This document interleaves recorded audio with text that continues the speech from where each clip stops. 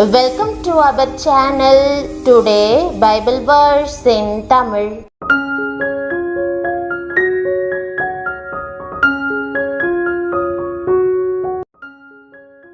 இன்றைய வசனம் ரோமர் 8ஆம் அதிகாரம் 31ஆம் வசனம். கிறிஸ்துவுக்குள் பிரியமானவர்களே, நம்முடைய ஆண்டவரும் இரட்சகருமான இயேசு கிறிஸ்துவின் வல்லமையுள்ள நாமத்தில் உங்களை வாழ்த்துகிறேன். இன்று தேவன் நம்முடைய பட்சத்தில் இருந்தால் நமக்கு விரோதமாய் இருப்பவன் யார் என்ற வாக்குத்தத்த வசனத்தை நாம் தியானிப்போம். தேவன் உங்களுடன் இருப்பதினால் நீங்கள் பயப்பட வேண்டிய அவசியமில்லை என்பதே இந்த வசனத்தின் அர்த்தமாகும். இதை என்று மனதில் வைத்துக் கொள்ளுங்கள். இந்த வசனம் சொல்லுகிறபடி கர்த்தர் நம்மோடு கூட எப்பொழுதும் இருக்கும்படியாக நாம் ஜாக்கிரதையாய் இருக்க வேண்டியது மிக மிக அவசியம். நாம் இதிலே கவனக்குறைவாக இருந்து என்னுடைய ஞானம், விவேகம், புகழ்ச்சி, அறிவு, புத்தி கூர்மை இவைகள் மூலம் எதையும் சாதிக்கக்கூடும் என்று எண்ணுவது தவறு. கர்த்தர் ஒருவரே நம்மை எல்லா தீங்குக்கும் விலக்கி காக்க வல்லவர். ஆகவே அவரை எவ்வளவு தூரம் தேட முடியுமோ, அவருடைய அறிவை வேத வசனங்களை படிப்பதின் மூலமாய் அறிந்து கொள்ள முடியுமோ அப்படி செய்து இந்த வாக்குத்தத்தத்தின்படி ஆசீர்வாதம் பெறுங்கள். கர்த்தர் எப்பொழுதும் உங்களுடன் இருப்பதால் நீங்கள் எதற்கும் பயப்பட வேண்டிய அவசியமில்லை என்று வேதம் நம்பிக்கையையும் தைரியத்தையும் அளிக்கிறது. தேவன் உங்களுக்கு வெளிச்சமும் இரட்சிப்பும் அரணான கோட்டையுமாயிருப்பதால் நீங்கள் எதற்கும் அஞ்ச வேண்டியதில்லை என்று இந்த வசனங்கள் கூறுகின்றன. உங்களுக்குள் இருக்கிற தேவ ஆவியானவர் தைரியமாய் ஜீவிக்கும்படி உங்களுக்கு மனதிடனை தந்து மருளாதிருக்கும்படி உங்களை பலப்படுத்துவார். ஆம், உங்களில் நற்கிரியையை தொடங்கினவர் அதை இயேசு கிறிஸ்துவின் நாள் பரியந்தம் முடிய நடத்தி வருவார். உங்கள் இரட்சிப்பு அனாதியான தேவனுடைய திட்டத்தில் இருப்பதும் தம்முடைய பார்வையில் நீங்கள் பரிசுத்தமாகவும் நேர்த்தியாகவும் காணப்படுவதற்காக அவர் அனுதினமும் கிரியை செய்கிறார் என்பதை உணர்வதும் எவ்வளவு ஆச்சரியமானது. ஆண்டவரை விசுவாசிக்கிறவர்கள் ஒன்றான மெய்தேவனால் முன்குறிக்கப்பட்டு அழைக்கப்பட்டு நீதிமான்களாக்கப்பட்டு மகிமைப்படுத்தப்பட்டிருக்கிறார்கள் என்று வேதம் கூறுகிறது. நாசமோசமோ பஞ்சமோ ஆபத்தோ அவருடைய தெய்வீக திட்டத்தை தடுக்க இயலாது. ஆகவே தேவன் உங்கள் பட்சத்தில் இருக்கிறார்.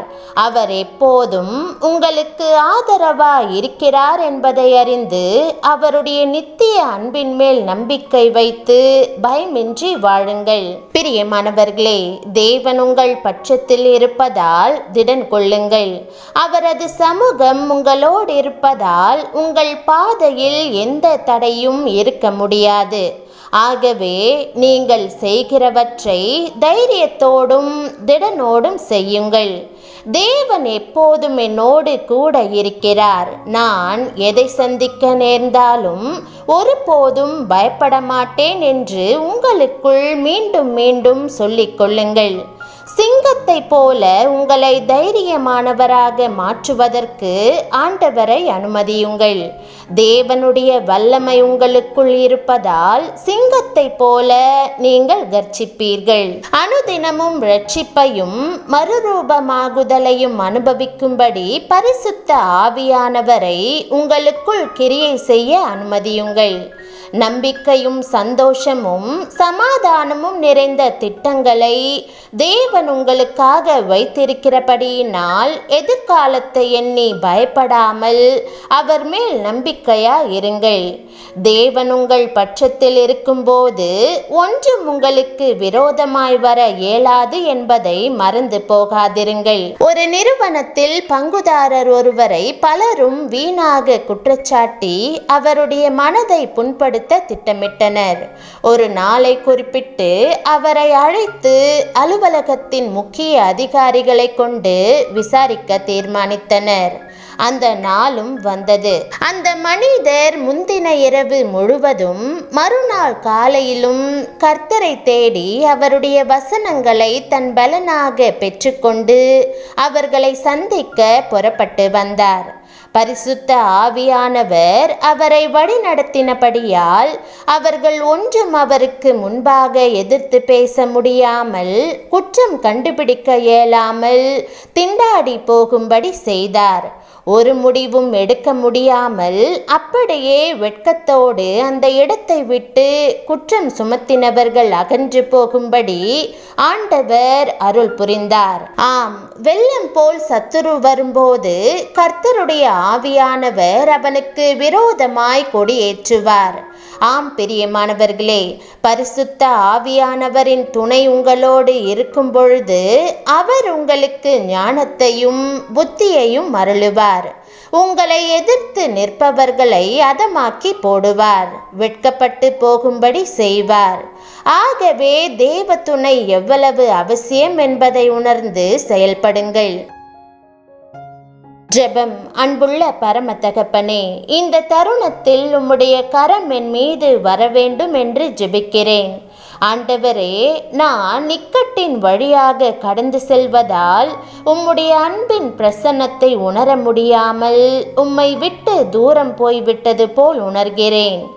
தயவாய் என்னை உம்முடைய ஆவியினால் நிரப்பி என் ஆவியை உயர்த்தியருளும். எல்லா மனச்சோர்வும் ஒடுங்குதலும் இயேசுவின் நாமத்தில் என்னை விட்டு அகன்று போகட்டும்.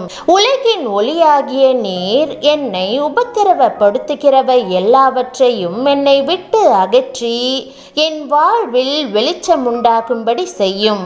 உம்முடைய மகிமைக்காக நான் எழுந்து பிரகாசிக்க உதவி செய்யும். வேண்டாத பயங்களை அகற்றும். என் இருதயத்தினுள் பயத்தை போட முயற்சிக்கும் பிசாசை கடிந்து கொள்ளும். உம்முடைய சந்தோஷமும் சமாதானமும் என் இருதயத்தை நிரப்புவதாக.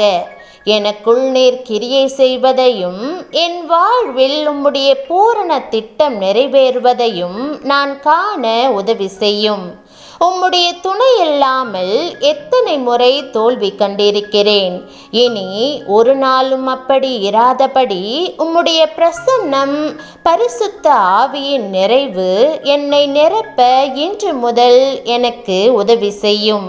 ஒருவரும் எதிர்த்து நிற்க முடியாதபடி என் வாழ்வில் நீரே எனக்கு முன்னும் பின்னுமாக இருந்து காத்தருளும்.